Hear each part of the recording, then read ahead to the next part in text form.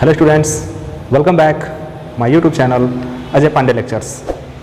आज हम लोग क्लास 12 फिजिक्स में एक बहुत ही इम्पोर्टेंट टॉपिक पढ़ने जा रहे हैं जिसका नाम है प्रतिरोधों का संयोजन। इसके पिछले वीडियो में हम लोगों ने प्रतिरोधों के संयोजन के बारे में पढ़ा है और वहाँ पर हमने बताया था कि प्रतिरोधों का संयोजन कैसे किया जाता है, प्रतिरोधों का संयोजन कितने प्रकार से किया जाता है।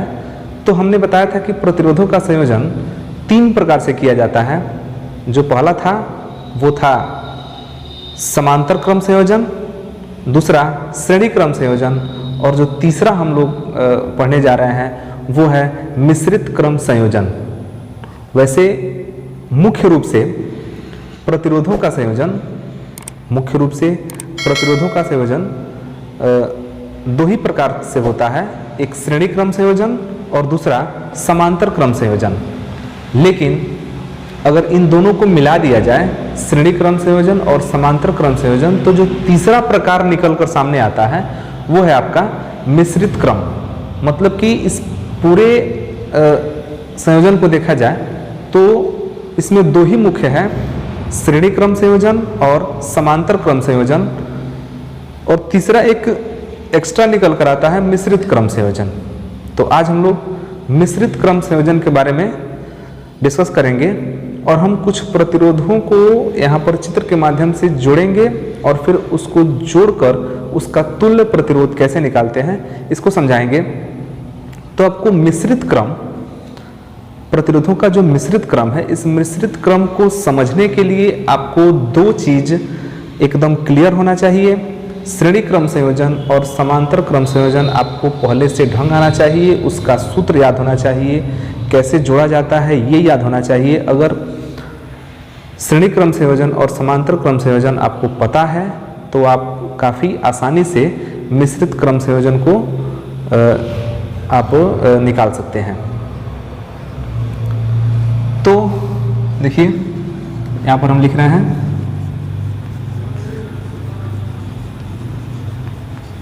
प्रतिरोधों का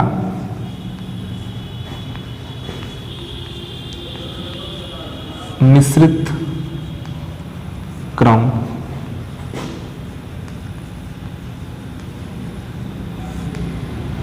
संयोजन।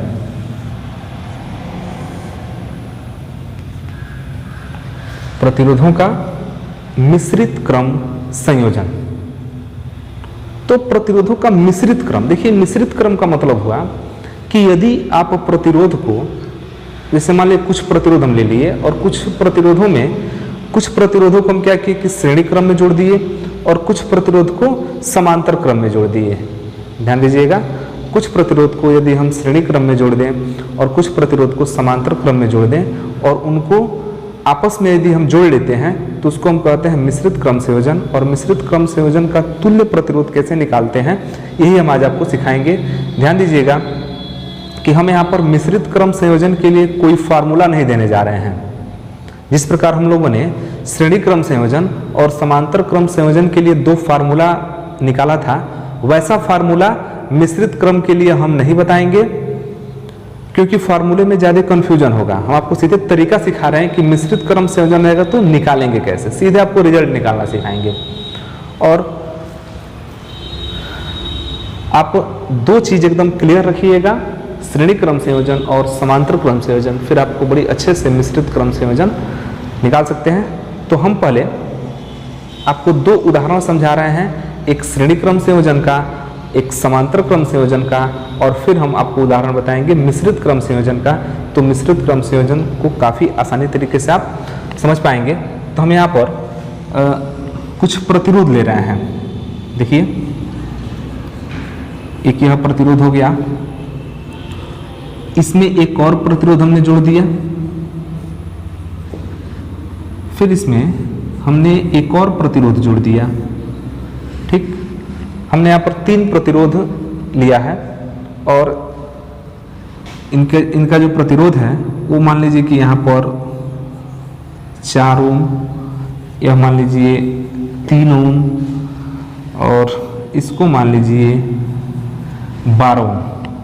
तो हमने यहाँ पर 3 प्रतिरोध लिया और एक जो है 4 ओम का है, एक 3 ओम का है और एक जो है 12 ओम का है। हमारे पास 3 प्रतिरोध हैं, 4 ओम, 3 ओम और 12 ओम, और हम इसको जोड़ चुके हैं और इसका हमको तुल्य प्रतिरोध ज्ञात करना है। तो जोड़ने के यदि हम क्रम देखें तो हमने बताया है कि प्रतिरोधों का संयोजन 3 प्रकार से होता है, श्रेणी क्रम संयोजन, समांतर क्रम संयोजन और मिश्रित क्रम संयोजन। तो मिश्रित क्रम संयोजन के लिए आपको श्रेणी क्रम संयोजन और समांतर क्रम संयोजन पहले पूर्णतः आना चाहिए, इसलिए हम 2 उदाहरण के द्वारा आपको समझाने का पुनः प्रयास कर रहे हैं, एक श्रेणी क्रम का और एक समांतर क्रम का, इसी प्रतिरोध से। तो देखिए ये जो संयोजन है यह किस क्रम में है। यदि इसके संयोजन को देखा जाए तो हम लोगों ने सबसे पहले पढ़ा था श्रेणी क्रम संयोजन। तो ये चित्र को देखकर आप समझ गए होंगे कि ये जो संयोजन है यह श्रेणी क्रम संयोजन है। तो श्रेणी क्रम संयोजन में 3 प्रतिरोध आपके पास दिए गए हैं, इसको आप R1 मान लीजिए। जो R1 है वो 4 ओम है, जो R2 है वो 3 ओम है और जो R3 है वो आपका 12 ओम है। ठीक, तो आपके पास 3 प्रतिरोध हो गए, R1 हो गया, R2 हो गया और R3 हो गया, और तीनों श्रेणी क्रम में जुड़ा है। तो इन तीनों प्रतिरोधों को जोड़ने पर जो कुल प्रतिरोध हुआ, तीनों प्रतिरोधों को जोड़ने पर जो कुल प्रतिरोध हुआ, उसी कुल प्रतिरोध को हम लोग निकालेंगे और उसी कुल प्रतिरोध को ही क्या बोलते हैं, तुल्य प्रतिरोध बोलते हैं। तो एक फार्मूला हमने बताया था कि जब भी प्रतिरोध को श्रेणी क्रम में जोड़ा जाए तो उनका तुल्य प्रतिरोध यदि निकालना हो तो तुल्य प्रतिरोध R के लिए फार्मूला होता है R1 plus R2 plus R3 plus R4 dot dot आगे बहुत सारा होगा, Rn तक होगा, Rn तक। फिलहाल हमारे पास केवल कितने प्रतिरोध हैं, फिलहाल में हमारे पास 3 प्रतिरोध हैं, R1, R2 और R3। R1, R2 और R3 हैं, तो हम लिखेंगे R1 plus R2 plus R3, ये श्रेणी क्रम संयोजन के तुल्य प्रतिरोध का फार्मूला है। तो हम देखिए हमारे पास R1, R2, R3 मौजूद है, तो R इक्वल टू R1 के बदले में 3, R1 के बदले में 4, R2 के बदले में 3 और R3 के बदले में 12, तो हो गया 4 प्लस 3 प्लस 12, और ये आपका हो गया 4 3 7 और 12 और 7 कितना हो गया 19 ओम। तो ये बड़ी सिंपल तरीके से इसका आंसर आ गया। तो यदि आपको श्रेणी क्रम में प्रतिरोध दिए हैं तो आप इस प्रकार काफ़ी आसानी से उन प्रतिरोधों का तुल्य प्रतिरोध निकाल सकते हैं। एक बार पुनः देख लीजिए कि आपके पास 3 प्रतिरोध हैं, एक 4 ओम का है, एक 3 ओम का है और एक 12 ओम का है। तो हमारे पास 4 ओम, 3 ओम और 12 ओम के 3 प्रतिरोध श्रेणी क्रम में जुड़े हैं। तो हमने माना कि इसका तुल्य प्रतिरोध कितना है, R है। तो R का जो फार्मूला होता है वो होता है R1 plus R2 plus R3। ये स्पेशली श्रेणी क्रम के लिए है, ये चीज़ ध्यान रखना है। R1 का काम यह करेगा या R2 काम कर रहा है या R3 काम कर रहा है। हमने इसको लिख दिया, R1 equal to 4 ohm, R2 equal to 3 ohm, R3 equal to 12 ohm, और फार्मूला श्रेणी क्रम का हमने लगाया।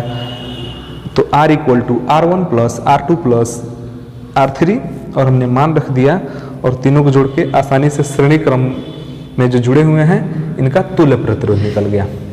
ठीक, ये तो हुआ तुल्य प्रतिरोध श्रेणी क्रम में जुड़ा है। तो आप एक बार इसका स्क्रीनशॉट ले लीजिए, क्योंकि अब हम इसी को एक बार हम समांतर क्रम में जोड़कर और उसका तुल्य प्रतिरोध निकाल कर आपको दिखा रहे हैं। तो आप पहले इसका स्क्रीनशॉट लीजिए।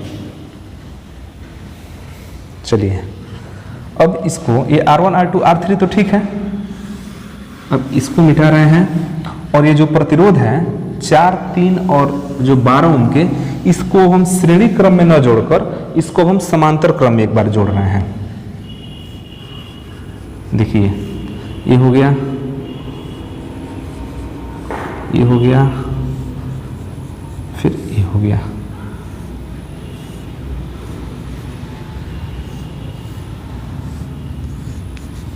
ए और यह बी, यह 4 ओम, 3 ओम, 12 ओम। देखिए अब जो संयोजन आप देख रहे हैं ये कौन सा संयोजन है? ये है आपका समांतर क्रम संयोजन। क्योंकि हम लोगों ने जब समांतर क्रम संयोजन पढ़ा था तो वहां हमने बताया था कि सभी प्रतिरोधों के पहले सिरे को एक बिंदु पर और सभी प्रतिरोधों के दूसरे सिरे को दूसरे बिंदु पर जब जोड़ा जाता है तो वो समांतर क्रम होता है। और समांतर क्रम संयोजन में यह R1 रहेगा, यह R2, यह R3। बड़ी क्रम से हमने मान लिया R1, R2 और R3। तो यहाँ पर 3 प्रतिरोध। ध्यान दीजिएगा कि हमने सेम चीज लिया है और एक चीज हम यहाँ पर याद रखने के लिए लिख दे रहे हैं कि श्रेणी क्रम में जब हमने जोड़ा है तो तुल्य प्रतिरोध कितना आया था? तो ये आया था 19 ओम। आप इस चीज को ध्यान रखिएगा क्योंकि हम यहाँ पर एक चीज कंपेयर करके दिखाएंगे आपको कि डिफरेंस क्या है श्रेणी क्रम में जोड़ने पर और समांतर क्रम में जोड़ने पर, क्या डिफरेंस हो रहा है उसके तुल्य प्रतिरोध में। तो इसके लिए हमने यहाँ पर लिख के रखा है कि आपको याद रहेगा, तरीका हमने बता दिया।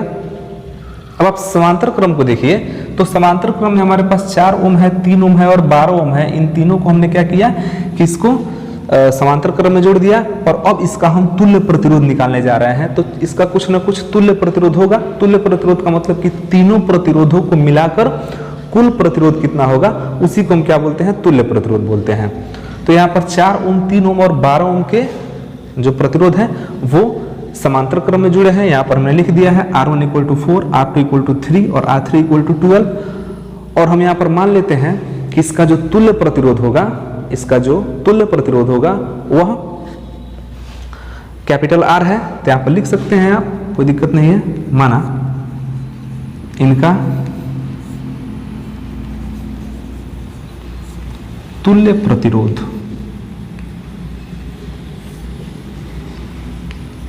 R है। हमने मान लिया कि इनका तुल्य प्रतिरोध क्या है? R है। तो अब समांतर क्रम में जो तुल्य प्रतिरोध के लिए फॉर्मूला होता है ये आपको याद रखना है कि वो होता है 1/R = 1/R1 plus 1/R2 plus 1/R3 plus dot dot आगे भी होता है। चूंकि हमारे पास 3 प्रतिरोध है तो हमने 3 तक ही लिखा है।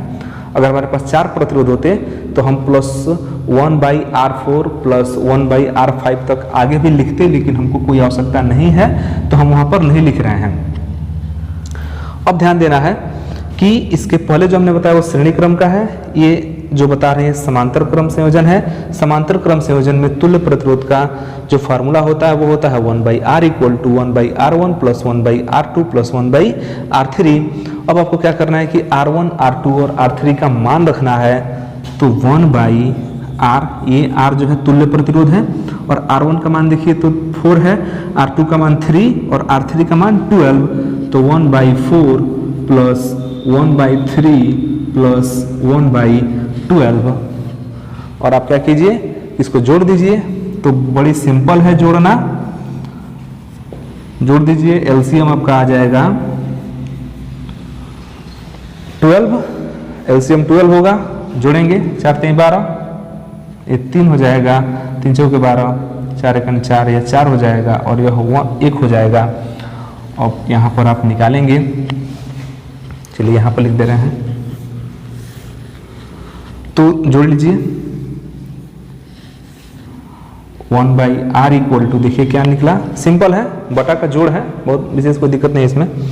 तो 3 × 4 = 7 और ये कितना हो गया 8 और ये निकला 8/12। तो आपको ध्यान यह देना है कि जो हमारा तुल्य प्रतिरोध है वो R है, क्योंकि हमने यहाँ पर माना है कि माना इनका तुल्य प्रतिरोध, इनका तुल्य प्रतिरोध कितना है? R है। तो हमने तुल्य प्रतिरोध R माना है और जो हमको मिला है वो देखिए 1/R मिला है। आपको ये चीज समझना है। श्रेणी क्रम तो सिंपल था, सीधा था कि R = R1 plus R2 plus R3 plus R4 dot dot Rn, बड़ी सिंपल था। लेकिन यहाँ पर यह हमको समझना है समांतर क्रम में कि जो तुल्य प्रतिरोध है वो कैपिटल R हमने माना है, लेकिन जो हमको प्राप्त हो रहा है वो देखिए 1/R प्राप्त हो रहा है और हमको मान किसका निकालना है? R का। तो इसके लिए क्या करते हैं, हम इसको पलट लेते हैं। दोनों पक्षों को पलटने पर, पलटने का मतलब कि जो अंश है उसको हर में कन्वर्ट कर दीजिए, जो हर है उसको अंश में कन्वर्ट कर दीजिए। तो देखिए ये हो जाएगा, रेसिप्रोकल ले लीजिए, दोनों का व्युत्क्रम कर लीजिए। तो R/1 और इधर हो जाएगा 12/8 और आप लोगों को पता है, बहुत ही बेसिक मैथ है कि यदि किसी भी संख्या के नीचे बटा में अगर 1 आता है तो उस 1 को छोड़ दिया जाता है, तो आप छोड़ दीजिए। r इक्वल टू 12/8, देखिए 1 हमने छोड़ दिया तो केवल r बच गया, और ये 4 से कटा दीजिए 3 और यह 2, और अगर आप 3/2 करेंगे तो 3/2 का मतलब होता है 1.5, तो यहाँ पर जो तुल्य प्रतिरोध निकला वह निकला 1.5 ओम। तो बहुत ही सिंपल तरीका है कि 3 प्रतिरोध हमारे पास हैं, इन तीनों को हमने समांतर क्रम में जब जोड़ा तो इनका देखिए तुल्य प्रतिरोध R इक्वल टू 1.5 आ गया। यहाँ पर हम लोग पुनः एक बार इसको लिख लें कि हमने जब समांतर क्रम में निकाला है तो इसका जो तुल्य प्रतिरोध आया है वह 1.5 ओम आया है। आप इसका एक बार स्क्रीनशॉट लीजिए, फिर हम दोनों का डिफरेंस आपको समझा रहे हैं। तो स्क्रीनशॉट हो गया। एक बार हम पुनः आपको बता दें कि ये R1, R2, R3 जो 3 प्रतिरोध हैं, इनको हमने समांतर क्रम में जोड़ा है, और समांतर क्रम में जब जोड़ दिया गया है तो इनका कुछ न कुछ तुल्य प्रतिरोध होगा। तो तुल्य प्रतिरोध हमने R माना, R का फॉर्मूला होता है 1/R equal to 1/R1 plus 1/R2 plus 1/R3, हमने मान रखा, बटा का जोड़ा, सिंपल जोड़ा। यहाँ पर देखिए 1/R मिला है और तुल्य प्रतिरोध R होता है, तो इसको हमने क्या किया, इसका रेसिप्रोकल ले लिया। तो रेसिप्रोकल हमने लिया तो R/1 हो गया, और ये भी पलट गया, 12/8 हो गया, कटा दिया गया, R का मान आया 1.5। तो जब हमने इन्हीं तीनों प्रतिरोधों को, अब यहाँ पर एक चीज देखिए, एक डिफरेंस देखिए, इनको हम मिटा दे रहे हैं। आप लोगों ने स्क्रीनशॉट ले लिया है, नहीं लिए तो फिर से ले लीजिए।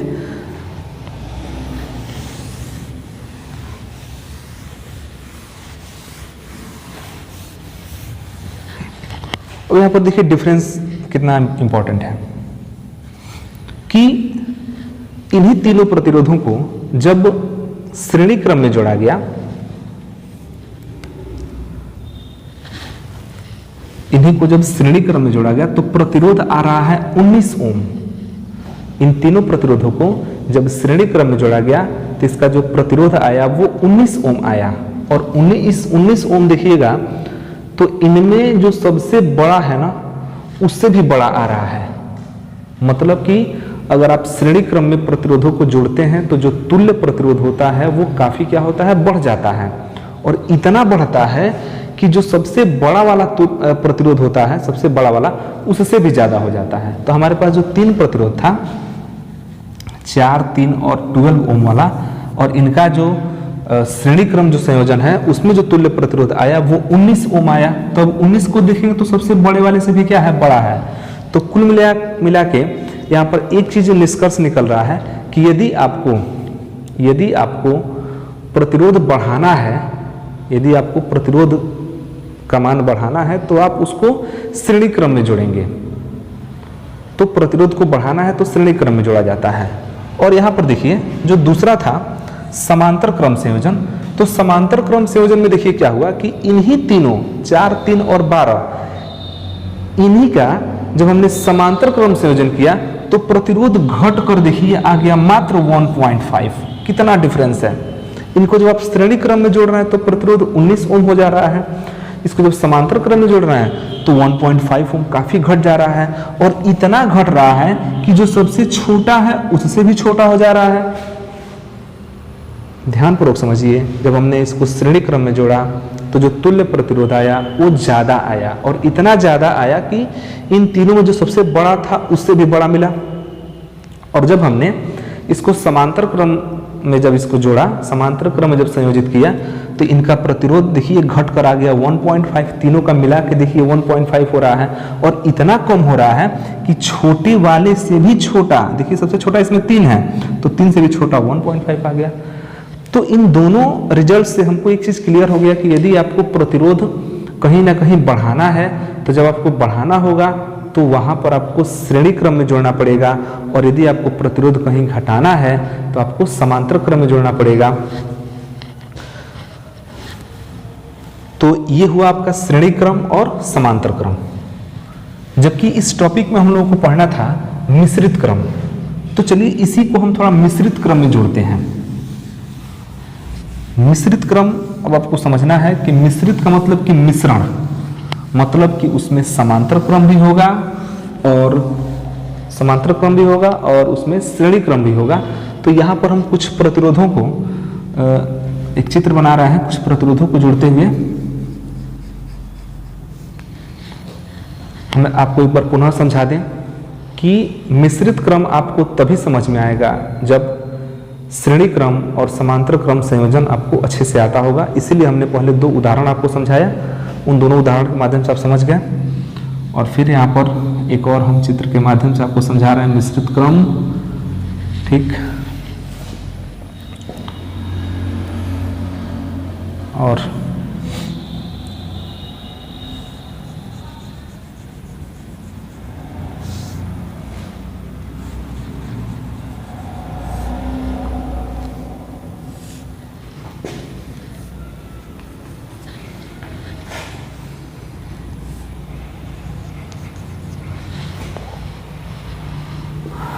फिर हम वही लेंगे।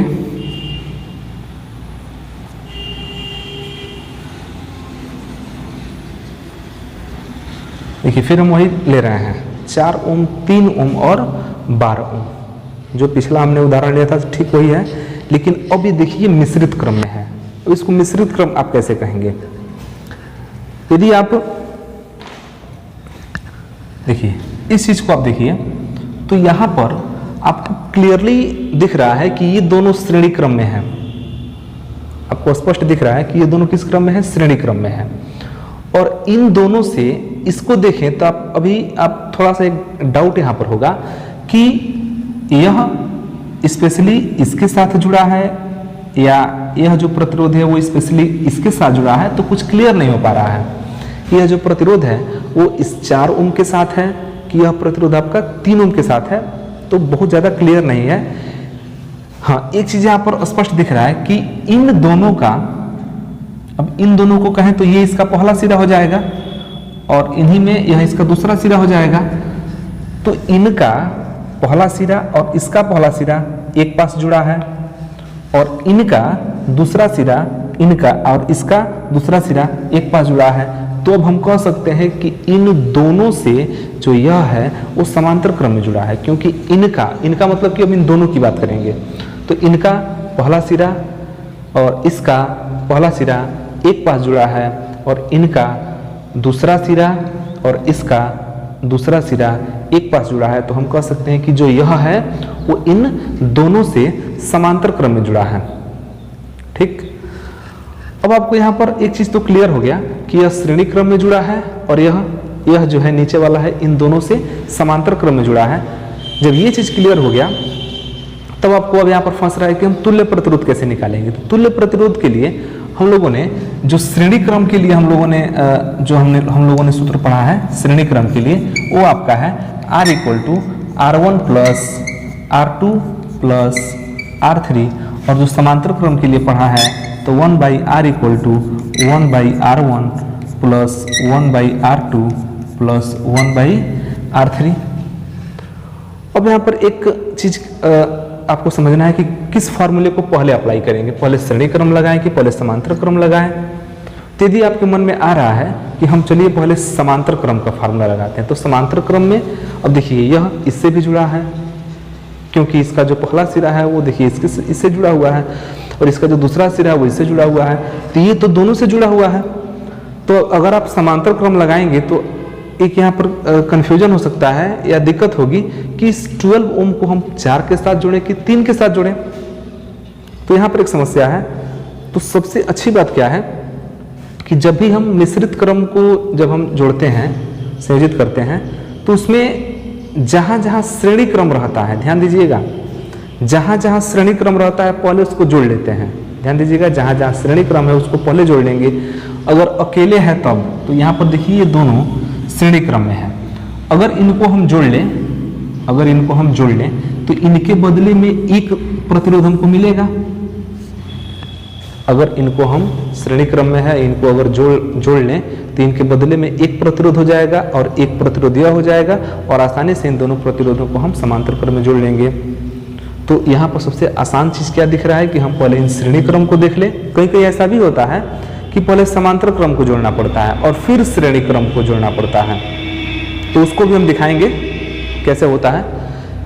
फिलहाल ये जो चित्र दिखाई दे रहा है इसमें पहले श्रेणी क्रम को जोड़ लिया जाए और फिर उससे हम समांतर क्रम को जोड़ लेंगे, क्योंकि समांतर क्रम वाला इस 4 से भी जुड़ा है, इस 3 से भी जुड़ा है, तो आपको दिक्कत ये होगा कि हम जोड़े किससे, पहले 4 से जोड़े कि पहले 3 से जोड़े। तो उससे बेटर है कि पहले आप इसको जोड़ लें और इन दोनों को मिला के एक प्रतिरोध बना ले और उस एक प्रतिरोध से हम 12 ओम को जोड़ देंगे समांतर क्रम संयोजन में, तो आसानी से निकल जाएगा।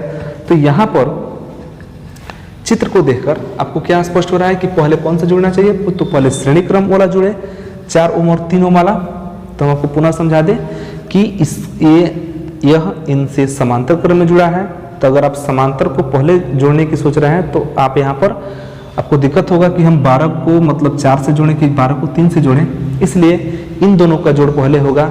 जो श्रेणी क्रम में दिख रहे हैं इनका जोड़ पहले होगा, क्योंकि इन दोनों को जब जोड़ देंगे तो हमको यहाँ पर तुल्य प्रतिरोध मिलेगा एक, और इनके बदले में एक जब तुल्य प्रतिरोध हो जाएगा तो वो आसानी से इसके साथ जुड़ जाएगा। तो यहाँ पर चित्र में दिखाई दे रहा है कि 4 ओम और 3 ओम के जो प्रतिरोध है ये किस क्रम में जुड़े हुए हैं, तो श्रेणी क्रम में जुड़े हुए हैं। तो इसको हम लिखेंगे, पहले लिख लेते हैं R1 equal to 4 ohm, R2 equal to 3 Om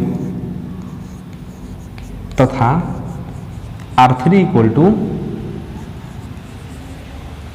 12 Om. Okay, अब यहां पर देखें तो जो R1 है और R2 है वो किस क्रम में जुड़ा हुआ है, तो श्रेणी क्रम में जुड़ा हुआ है। तो लिखेंगे यहां पर कि चूंकि R1 बराबर 4 ओम तथा R2 इक्वल टू 3 ओम,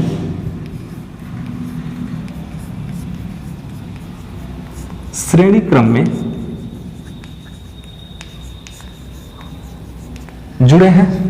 ध्यान दीजिएगा, अभी हम इसको ही जोड़ रहे हैं, तो इन दोनों को जोड़ेंगे तो थोड़ा सा इन दोनों का तो तुल्य प्रतिरोध मिल ही जाएगा। देखिए हम कुल तुल्य प्रतिरोध नहीं निकाल रहे, अभी इन दोनों का निकाल रहे हैं। तो श्रेणी क्रम में जुड़े हैं, यदि इनका तुल्य प्रतिरोध R डैश, हम R इसलिए नहीं ले रहे हैं क्योंकि R हम पूरा फाइनल लेंगे, एक ही बार R लेंगे तो सबके ले लिया जाएगा। फिलहाल इन दोनों का तुल्य प्रतिरोध R डैश है, तो R डैश का फार्मूला बताइए क्या होता है, वही जो R इक्वल टू होता है, तुल्य प्रतिरोध हमारा R होता है, हमने यहाँ पर R डैश लिया है, तो R इक्वल टू यहाँ पर हो जाएगा R1 प्लस R2। इसके हिसाब से देखें तो R डैश इक्वल टू देखिए 4 प्लस 3 और ये हो जाएगा 7 ओम। अब जो यह है दो प्रतिरोध 4 ओम और 3 ओम, इन दोनों के बदले में कुल तुल्य प्रतिरोध हुआ 7 ओम। मतलब कि अब आप इसको मिटाकर आसानी से कह सकते हैं कि इन दोनों के बदले में देखिए कितना ओम हमको मिला, 7 ओम मिल गया। अब देखिए आसान हो गया, सिंपल हो गया, यह 7 ओम यह 12 ओम और दोनों आसानी से देखिए समांतर क्रम में जुड़ गया है। इसका पहला वाला, इसका पहला सिरा एक जगह, इसका दूसरा सिरा, इसका दूसरा सिरा एक जगह, बहुत सिंपल हो गया। अब हम कहेंगे कि अब R डैश इक्वल टू 7 ओम, यह वाला दोनों मिल गया है एक में, तथा ये R3 वाला है, R3 इक्वल टू 12 ओम किस क्रम में जुड़ा है, समांतर क्रम में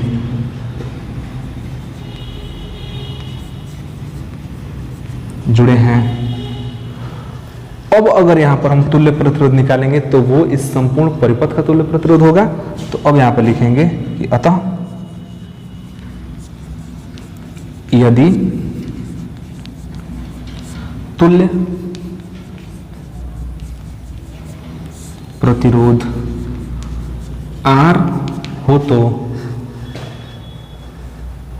अब फार्मूला क्या होता है, 1/R equal to 1/R1 plus 1/R2 plus 1/R3।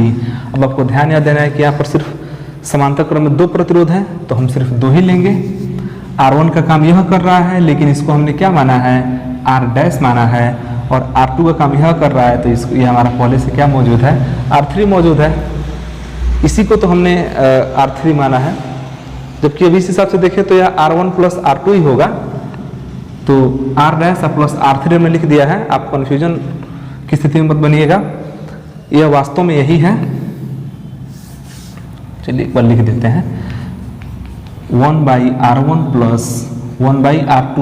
अब R1 आप इसको मत समझिएगा, यह दोनों मिल के R डैश हुआ है और वह समांतर श्रेणी के लिए यह R1 का काम कर रहा है। तो हम यहाँ पर कहेंगे इस तरह से कि 1/R equal to 1/R dash, यह R1 काम कर रहा है, यही हमारा क्या है R डैश है, लिख लीजिए यहाँ पर, और 1/R3। तो यहाँ पर बड़ी सिंपल है, अब केवल आपको मान रख देना है।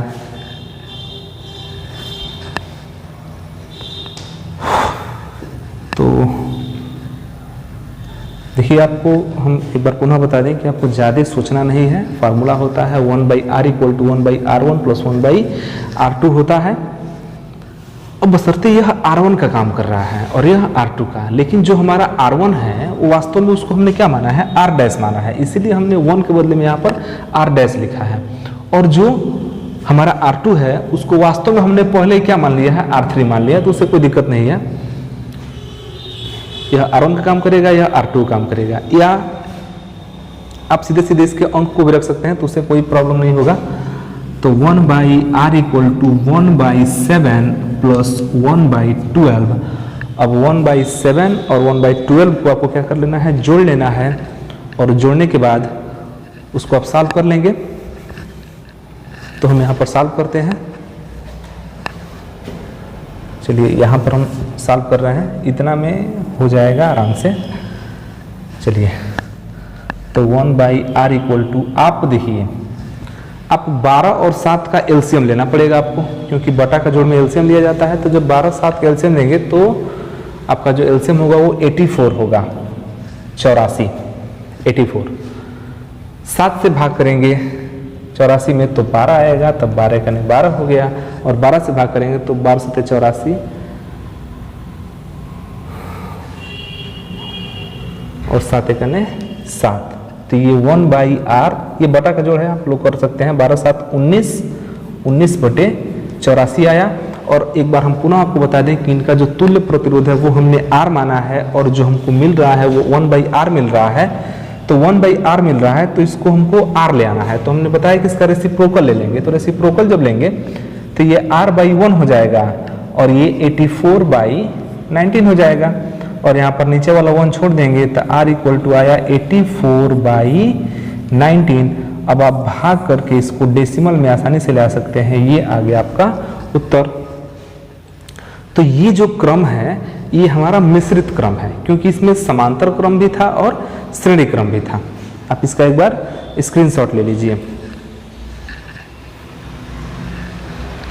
तो इस क्रम में समांतर क्रम भी था और श्रेणी क्रम भी था, आप इसका स्क्रीनशॉट लीजिए। हम इसको मिटा रहे हैं और एक तरीका और आपको बता रहे हैं।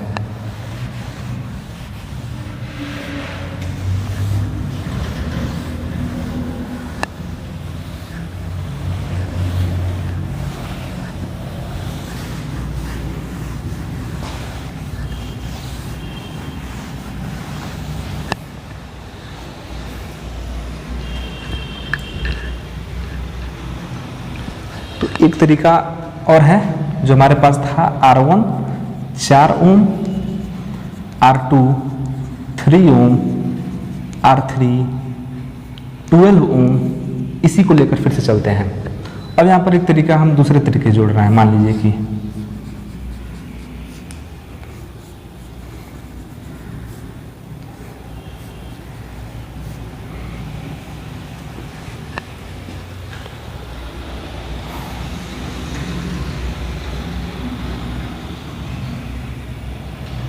ये 4 ओम, यह 3 ओम, यह 12 ओम। देखिए फिर से प्रतिरोध हम सेम चीज रख रहे हैं, प्रतिरोध हम ज़्यादा बदलाव नहीं कर रहे हैं। आपको अच्छे समझ में आएगा। ये भी एक तरह का मिश्रित क्रम संयोजन है। अब आप यहाँ देखेंगे तो ये दोनों समांतर क्रम में है और इन दोनों से यह श्रेणी क्रम में है। तो इसके पिछले वाले में हमने कहा कि पहले श्रेणी क्रम को जोड़ लेते हैं, लेकिन अब आप यहाँ पर श्रेणी क्रम जोड़ेंगे तो दिक्कत होगा, क्योंकि जो श्रेणी क्रम है वो यह है इन दोनों से, तो यह वाला इससे भी जुड़ा है, यह वाला इससे भी जुड़ा है। तो अगर आप इसी को उठा के जोड़ना चाहेंगे तो आपके पास समस्या उत्पन्न होगा कि 12 को हम पहले 4 से जोड़ेंगे, पहले 3 से जोड़े। उससे बेहतर है कि आप 4 3 को पहले जोड़ लीजिए। तो ये दोनों देखिए समांतर क्रम में है, तो इस समांतर क्रम को हम पहले जोड़ लेंगे और उसके बाद से तब श्रेणी क्रम को जोड़ेंगे। तो आपको इस परिपथ के अनुसार आपको निर्धारित स्वयं करना पड़ेगा कि हम पहले समांतर वाला जोड़े कि पहले श्रेणी वाला जोड़े। तो जहां से जोड़ आसान दिखे इसको जो जोड़ लेंगे ना, इसको जोड़ेंगे तो इन दोनों के बदले में आपको एक तुल्य प्रतिरोध मिलेगा। और जैसे ही आप इन दोनों के बदले में एक तुल्य प्रतिरोध मिलेगा, सिंपल है एकदम, आसानी से श्रेणी क्रम में आप उसको जोड़ सकते हैं। तो हम तुरंत जोड़ के दिखा दे रहे हैं। ये आपका 4 ओम या 3 ओम, तो ये दोनों किस क्रम में है? ये दोनों समांतर क्रम में है। तो समांतर क्रम में यदि हम इसका तुल्य प्रतिरोध R डैश माने, जैसे पहले माने थे, तो 1/R dash equal to 1/R1 plus 1/R2, तो 1/4 प्लस 1/3, ये R1 काम करेगा, R2 काम करेगा। 4 3 देखिए LCM 12 हो जाएगा, 4 1 4 3 हो जाएगा, 3 4 12 4 1 4 हो जाएगा। और 4 3 1 जो R डैश आया वो 4 3 7/12 हुआ। R डैश का मान निकालेंगे, हमने इसका रेसिप्रोकल कर दिया तो 12/7 हुआ। अब यह जो इन दोनों के बदले में जो तुल्य प्रतिरोध आया वो आया 12/7। अब इस 12/7 को हमको जोड़ना है किससे? 12 ओम से। अब यह दोनों, यह प्रतिरोध और यह प्रतिरोध समान श्रेणी क्रम में हो गया। अब लिखेंगे यहाँ पर कि पुनः R डैश इक्वल टू 12/7 और 12 ओम, यह वाला किस क्रम में है? श्रेणी क्रम में जुड़े हैं। तो तुल्य प्रतिरोध R इक्वल टू होता है R1 प्लस R2, तो यह R1 का काम करेगा, मतलब कि 12/7 आप प्लस 12 आप इसको जोड़ लेंगे, बटा का जोड़ है आसानी से, और हमारा तुल्य प्रतिरोध निकल जाएगा।